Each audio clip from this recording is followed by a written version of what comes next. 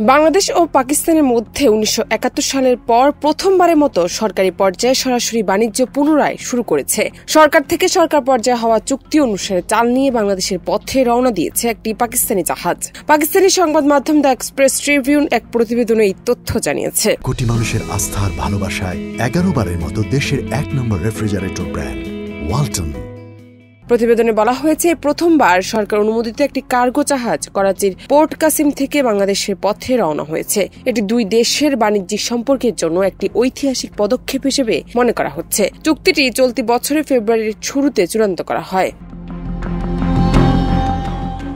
প্রতিবেদনে আরো বলা হয়েছে, বাংলাদেশ পাকিস্তান থেকে মোট ৫০,০০০ টন চাল কিনতে সম্মত হয়েছে। এই চাল পাকিস্তানের ট্রেডিং কর্পোরেশনের মাধ্যমে সরবরাহ করা হবে। চাল রপ্তানির প্রক্রিয়া ২ ধাপে সম্পন্ন হবে। প্রথম চালানের ২৫,০০০ টন চাল বর্তমানে বাংলাদেশের পথে, বাকি ২৫,০০০ টন চাল আগামী মার্চের শুরুতে পাঠানোর পরিকল্পনা রয়েছে।